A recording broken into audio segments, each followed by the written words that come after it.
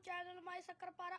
ये मेरा दोस्त है जिसने एक रोजा भी नहीं रखा और खाता भी सबके सामने। ये देखो कैसे बैठ के कुल्फी खा। इसे कोई दाढ़ी नहीं है कि मैंने भी मरना है। मुझे व्लॉग का कोई शौक नहीं है। मैं अपने दोस्त के कहने पे 1 मिनट का व्लॉग बना रहा हूँ। इसे भूख लगी, अब नान पकौड़े खाने आ गए। मुझे बार बार कह रहा है यार ना बनाना है। मेरे घर वालों ने देख ली तो मैं क्या जवाब दूंगा। क्या बात है, पूरा माँ प्यो का नाम रोशन किया।